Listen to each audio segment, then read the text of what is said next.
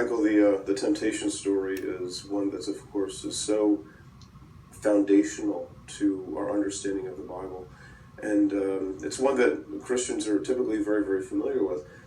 They may not be as familiar, of course, with how important that story has been for the Jewish tradition. So maybe you can help us understand that a bit. Well, the rabbis approach things a little differently. When we tend to ask the question, what does the story mean? They tend to ask, to what shall we compare this story? A different question, metaphorical question, the same question, by the way, that Jesus asks again and again, to what shall we compare the reign of God?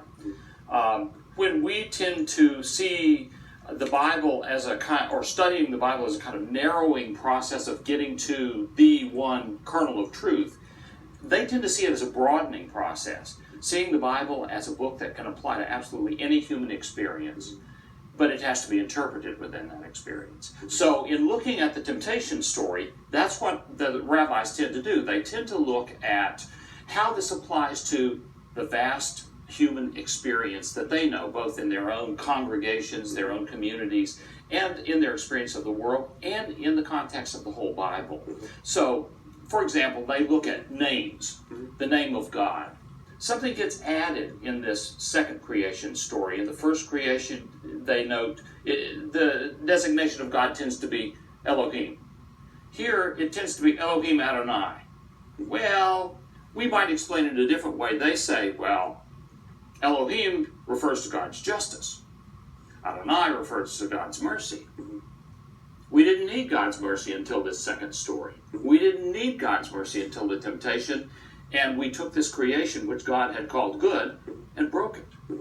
And so they look at those subtle changes in names, subtle changes in imagery, and try to find comparisons between the names and things we can identify with. A very careful reading, attention to detail, rather than, you're saying, maybe a Christian tendency, which is to look for the one overall message of the story. And of course, when we talk about the history of the Jewish tradition, they did read it in Hebrew. That's right. Not in English. Absolutely. And there are things that pop out at you also in just reading the story in Hebrew that you might not catch in English, right? Well, an example of that is the Hebrew word for naked and the Hebrew word for clever or shrewd. Naked applied to the humans, clever or shrewd applied to the serpent, are very similar words. It would be kind of like our saying the people were nude and the serpent was shrewd. Yeah. It would be that kind of comparison. They note that. And so when they look at the serpent, of course Satan gets brought into that story later on. But in the original story, the serpent isn't a symbol of evil so much as the clever one, the one who's smarter than the human beings, the trickster figure. I like to teasingly say the only one who had a theological education, because when he meets the woman, starts a theological argument. And when he does that, he gets his facts wrong. Intentionally or unintentionally, he says, why did God tell you not to eat from any of the trees? God hadn't said that.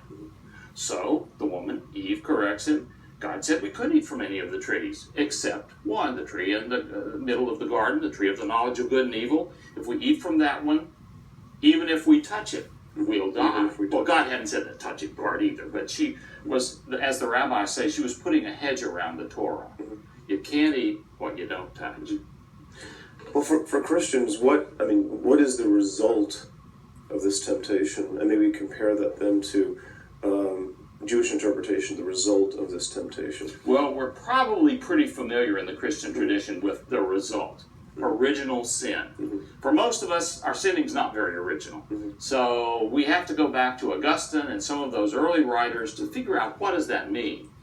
Well, if in the first of the creation stories, God creates everything and calls it good. In this second story, it's broken, and we break it. Humans break it, in essence.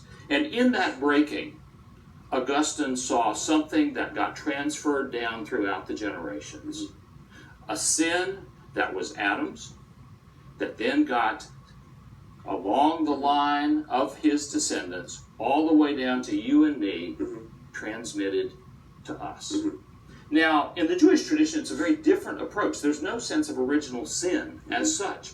Now, that's not to deny that people are sinful or that we have a tendency to do bad things. That's acknowledged. perhaps an image that's helpful. In the Jewish tradition, the nakedness of Adam and Eve is that they are not clothed in good deeds. They don't need to be. But once things are broken, once they make that one decision that leads to all these other decisions, that opens the door to making bad decisions, then they need to clothe themselves. And the old rabbis say they clothe themselves in mitzvot, good deeds.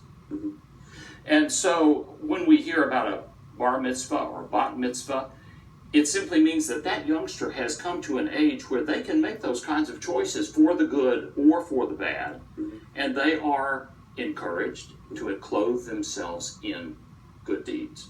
So instead of a sense of everyone somehow having this sin transmitted along the line, the way Christians tend to see it, they see sin as a tendency that's natural to human beings, but not woven into the very fabric of who we are. We can choose to do the good as well as choose to do the bad, or clothe ourselves in righteousness, good deeds.